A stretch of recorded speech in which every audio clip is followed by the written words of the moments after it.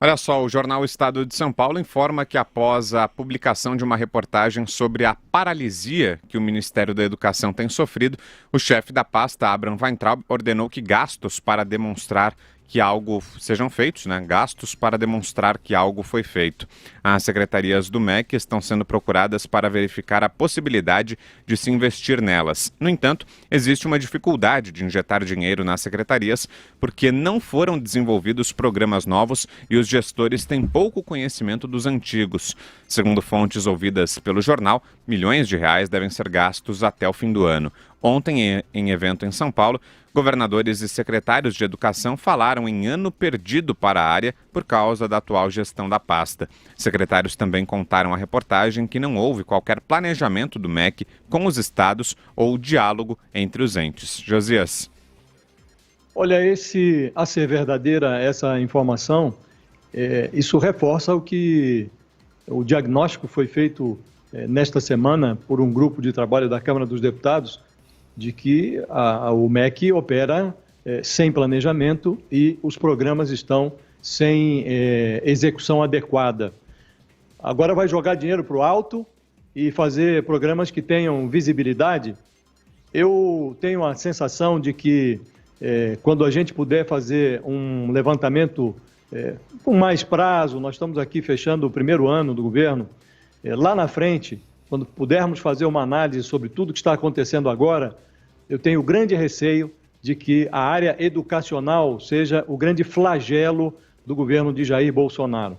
O presidente não se deu conta disso ainda, ele imprimiu a essa área educacional uma dinâmica exclusivamente ideológica e está descuidando de aspectos técnicos que são muito importantes num país como o Brasil, são importantes não apenas do ponto de vista educacional, mas até para a produtividade da economia, porque o Brasil não vai dar o salto de produtividade que precisa dar se não resolver os problemas da base da educação.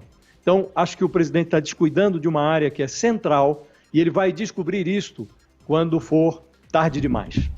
Diga, Vera.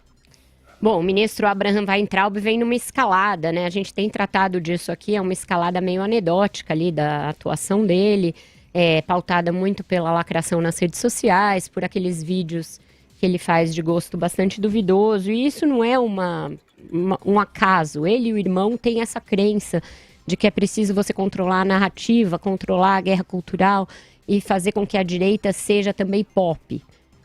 Ele acha que tem aí um ponto e que o gosto duvidoso das produções dele vai levá-lo a isso.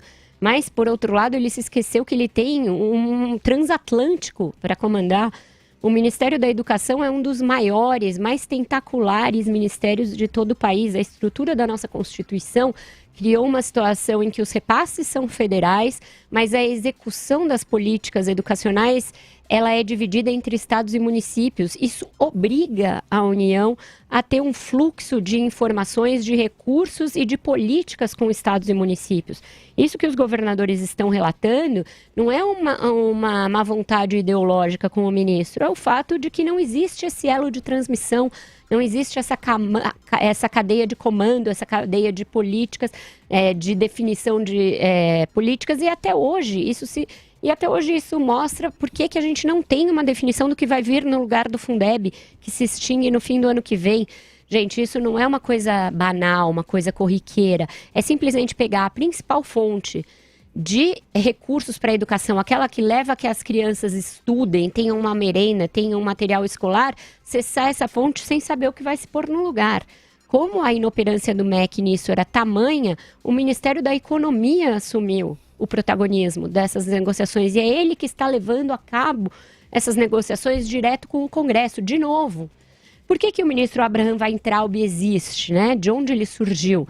Ele surgiu das graças do ministro Onyx Lorenzoni, que quando ainda era deputado, se encantou pelos irmãos Weintraub numa audiência pública da Câmara, levou-os ao Bolsonaro e eles passaram a frequentar esse círculo. Quem eram eles antes disso? Eram dois, ali um economista e um advogado, um professor de direito da direita, que se diziam perseguidos no ambiente acadêmico. Tinham lá o Arthur Weintraub, irmão dele, tinha uma proposta de reforma da Previdência que não acabou sendo acolhida pela equipe do Paulo Guedes depois.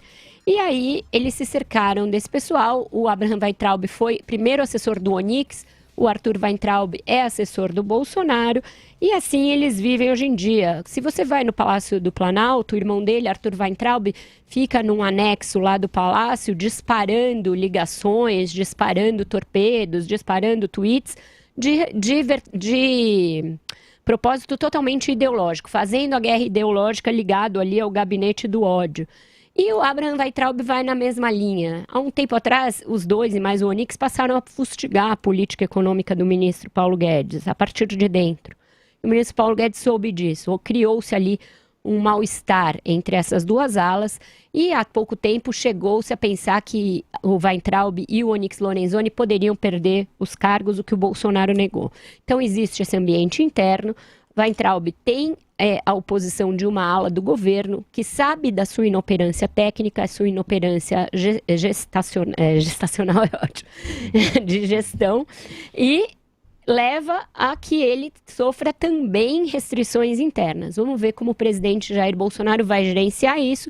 O primeiro ano deverá mostrar dados muito ruins, semana que vem sai o PISA, o resultado do Brasil deve ser ruim, e aí a gente vai ver como fica isso. E nesse caso tem uma comparação que é muito ruim para o ministro, porque não é só com a esquerda de Aloysio Mercadante e Renato Giannini. Tem uma gestão imediatamente anterior à dele, que foi a do Mendonça Filho, que foi uma gestão liberal e que teve resultados em pouco mais de 2 anos. Isso cria uma necessidade dele mostrar resultados também, algo que ele não está fazendo. Constantino. Para manter minha coerência, em primeiro lugar, é inegável de que o ministro poderia mitar muito menos e trabalhar muito mais em termos de gestão.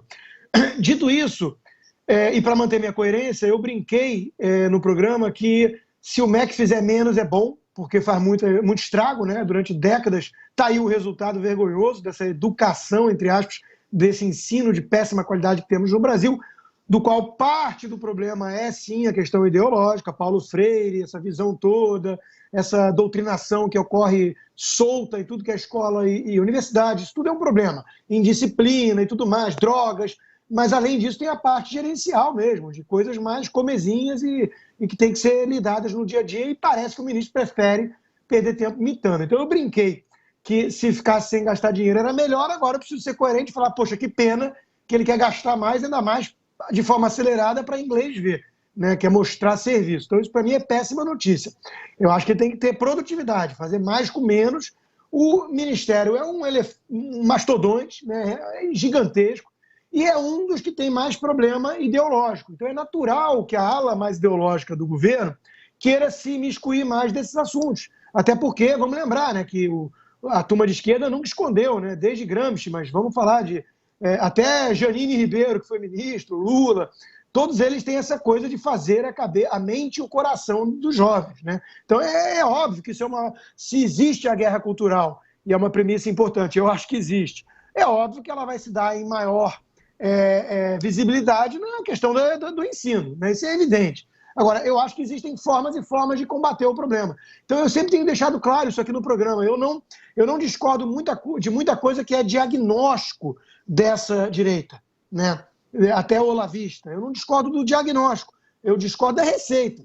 Eu acho que é uma turma nacional populista, muitas vezes um petismo com sinal trocado, tribal e tudo mais, quer mitar em vez de entregar resultado. E aí eu concordo com a Vera, né? A gestão do Mendonça Filho era uma gestão boa, assim como na cultura, a gestão do Sérgio Sá Leitão também era uma gestão boa. Ele vinha tentando desaparelhar ali muita coisa dominada pela máfia do Dendê, como chama o Lobão, né?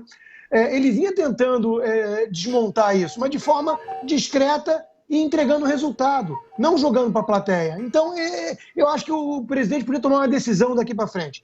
Não botar mais ninguém que venha como indicação do guru de Virgínia. Se ele fizer isso, a produtividade do governo aumenta e muito. Apoiado.